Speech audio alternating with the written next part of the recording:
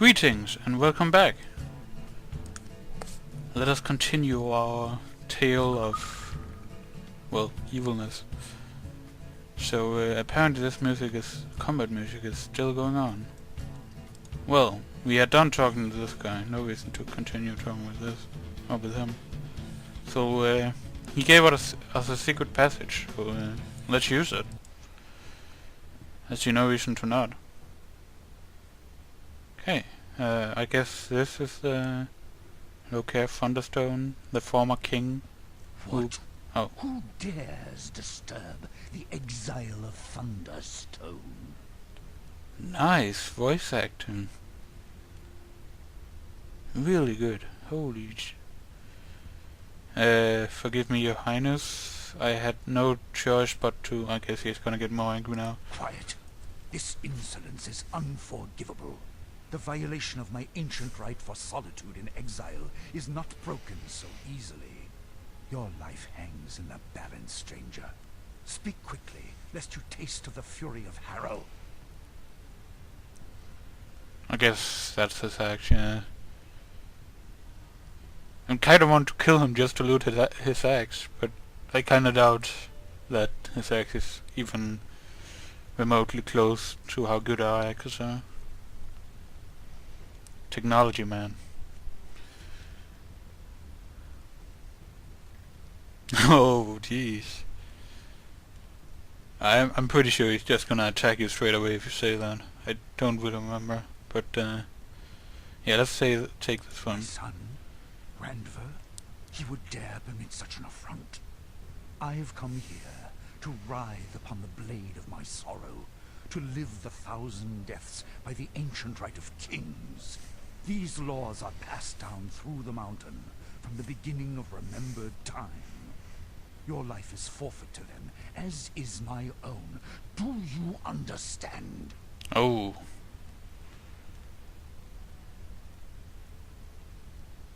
Yeah, let's try this round.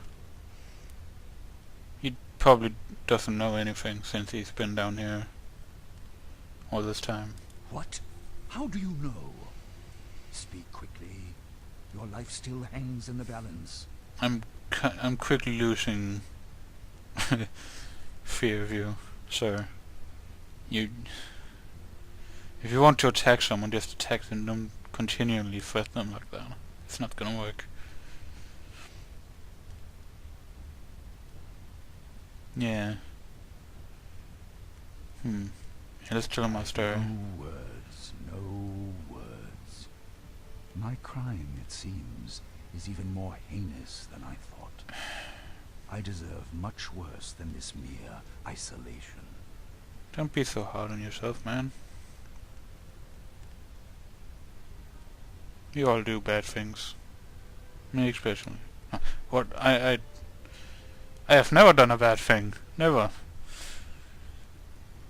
In all the time since the judgment was passed, I have never spoken of it. My shame has held my tongue. It seems that very shame shall now, finally, bring the betrayal to light. You need to tell me who those elves were, now. A delegation of elves, sent from the Silver Lady herself. Silver Lady? They came not long after Bates had built his first steam engine.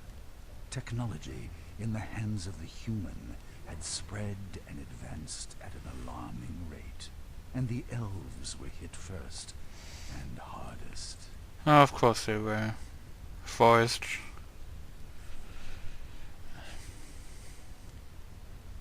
Who the hell cares about the elves anyway? And the silly forest. Just mow it down. Jeez. No time for their silliness.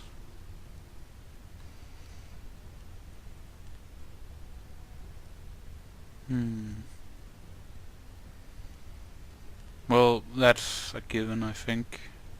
Because it's humans. They have short lives.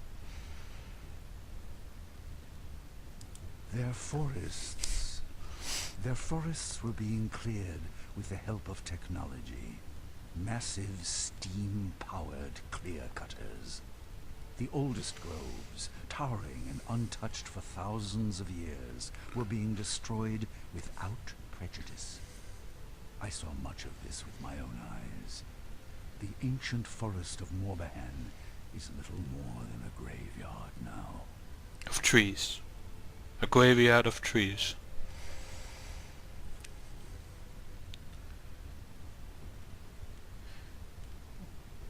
Yeah, well, I don't really care, so let's ask about the Silver Lady. Who is she?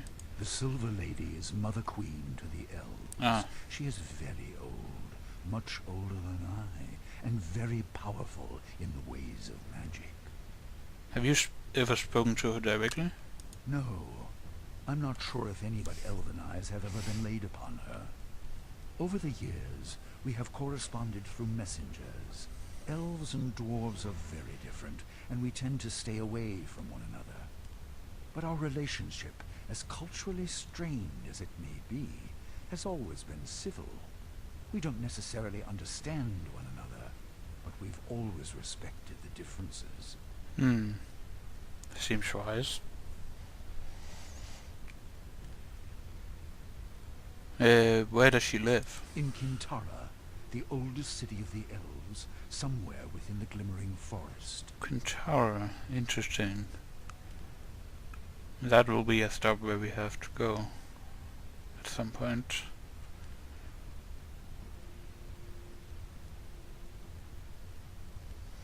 And she was angered what happened to the forest. Yeah, obviously she were, but let's hear the full tale. The delegation told me that she was extremely hurt and angry about the damage that had been done. According to them, because of her age and power, she was hurt the most by the clearing. Her connection to the forests was strongest of all. We already asked this, didn't we? Oh no, we didn't. I'm unsure, but I don't believe so. But the delegation said that the crimes were against all elves.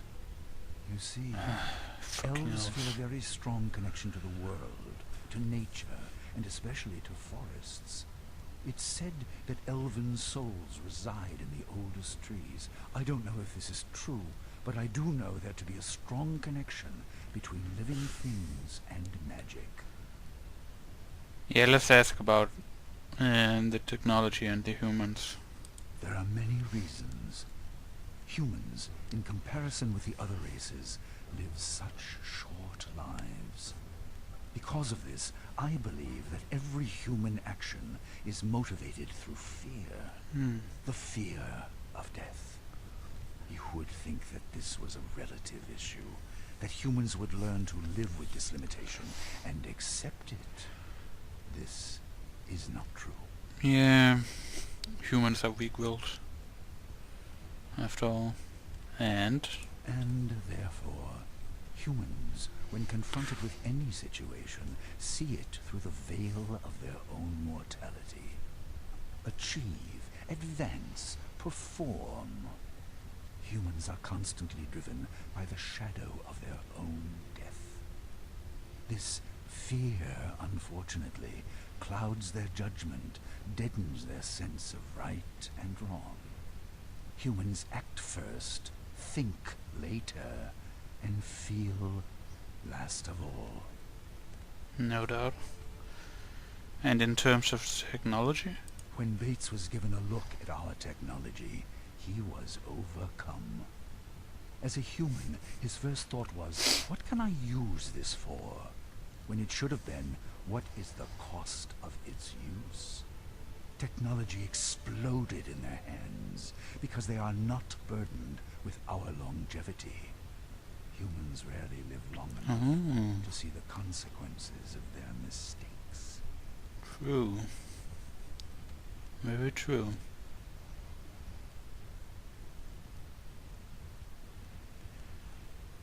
Well, yeah, let's ask this, but I think I know. I've said before that there is a strong connection between living things and magic, and the magic flows the most strongly in the veins of elves. Dwarves are very different. We feel a strong connection to the earth, but in another way. We love those things which are eternal, unchangeable. Earth, stone, metal. In those things are strength, but not life as you know it. I don't know if it is unchangeable. I mean, you can change the form of metal, otherwise you wouldn't be able to make swords, but I guess I know what she's going at.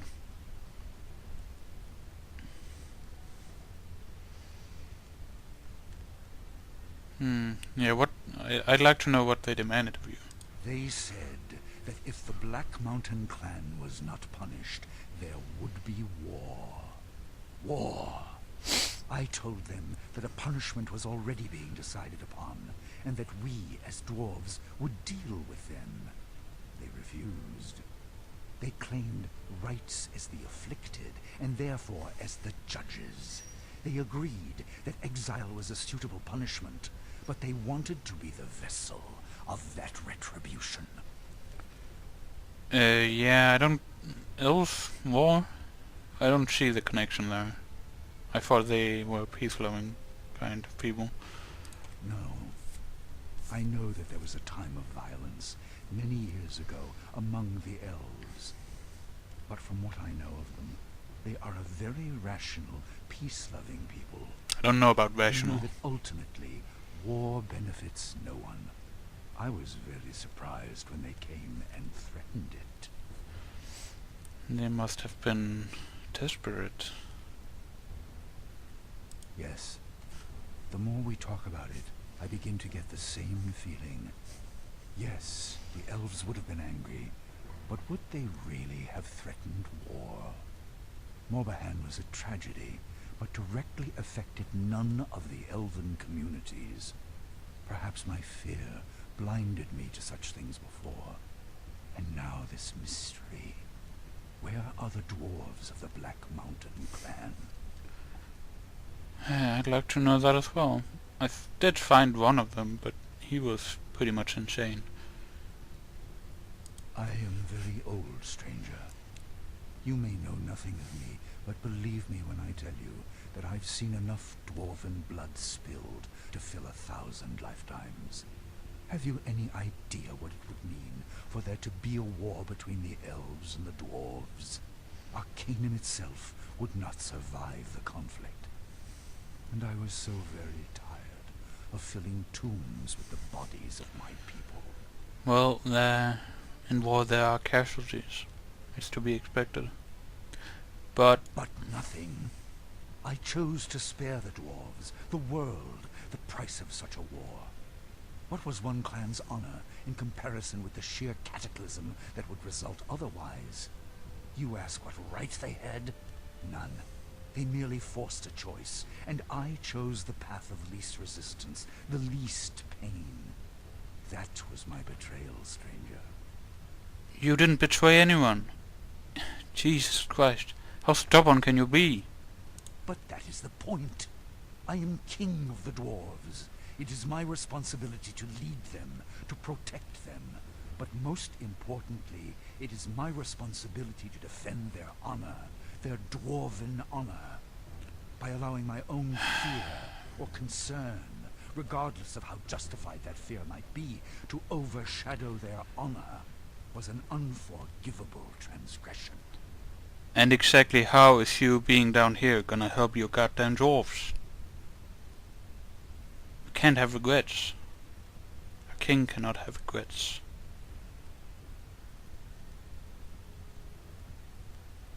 Even as king, the choice is never mine as to whether even one dwarf is stripped of his honor. I should have brought this to the people, or just flatly refused from the beginning. I was a coward, a failure, and this exile is my punishment. Given the choice now, I would have waged war against all of Arcanum to uphold the honor of that foolish little clan. Oh, I like this one. I know. That's because your stone is still true. What? What do you know of the nature of dwarven stone? You, an outsider. How could you possibly know of such things? Your son put his faith in me. Perhaps you can too. Perhaps. but you are not even a dwarf. These are beliefs and concepts it takes a lifetime to reconcile. How could you possibly begin to understand how I feel? I know that it is difficult to live by both stone and shape. Yes, I know. I've thought long and hard about this. Dwarven stone tells me that any transgression against our honor is unthinkable.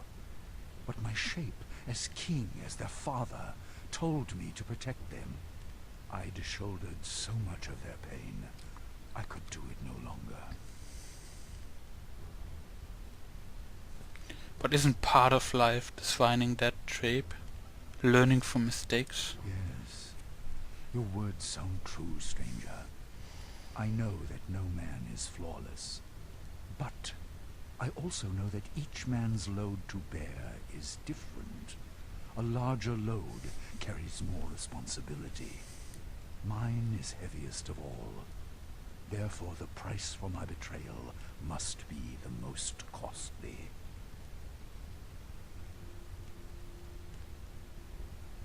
Oh, that's a tough one.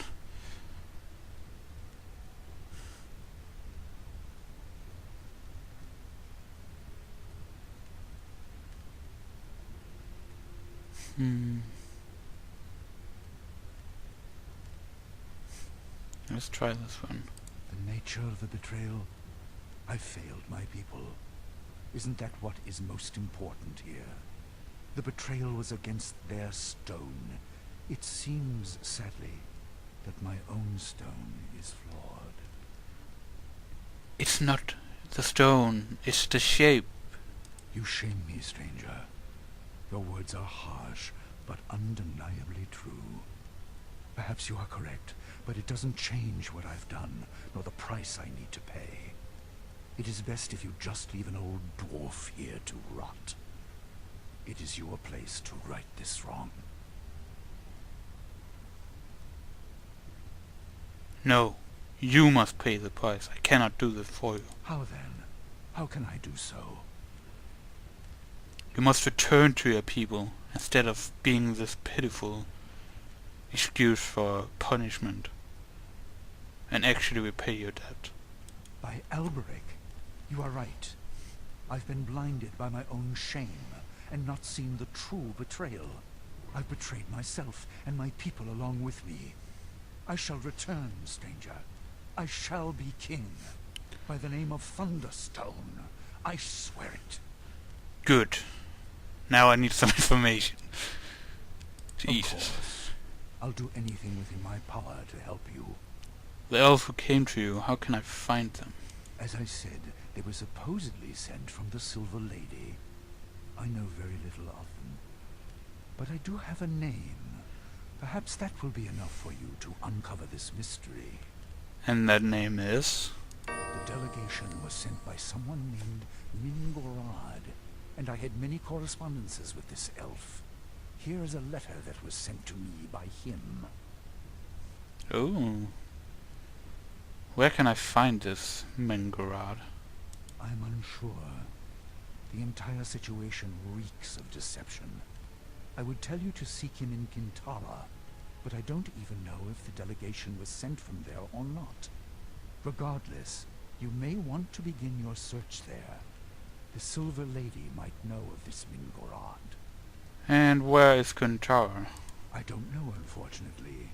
The location of Kintara is a well-guarded secret, but I do know it lies within the Glimmering Forest. The small town of Stillwater lies near the edge of that forest. Perhaps there you might find someone who knows where it is. Here, I'll mark your map with Stillwater's location. Thank you. I'll be off then. Wait. I'm much to blame for this situation. My fear and cowardice have helped in bringing about this tragedy. I feel I must do something to help you. Please, take Harrow, the first axe of my family. Its blade strikes true and deep in the hands of the righteous, especially if those hands are dwarven. Within it is the strength of the Thunderstones. I give it to you. Well, then I won't have to kill you. I mean, nothing? Nothing? I'm sure you will. Godspeed on your quest, my friend. And if you do find out what happened to the Black Mountain clan, return to me. I would be very interested in finding out what really happened to them. Very interested. I might. No promises. Goodbye.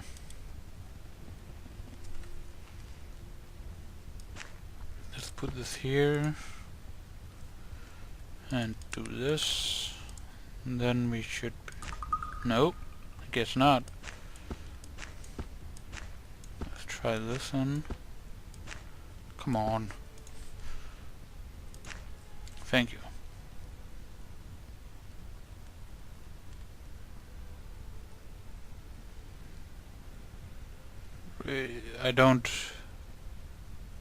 I'm not really sure what that means. ADJ, race, alignment. I guess it's better if you're a dwarf. I don't really know. But yeah, it's crap compared to our axes.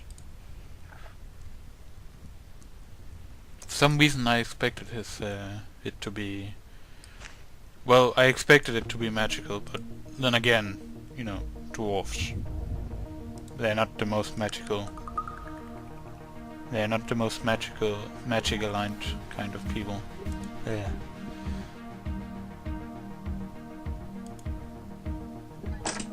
I know I can go back the other way, but I want to get the loot in this area. You're just gonna have to deal with it. Oh, I forgot to... Let's go. Kill stuff.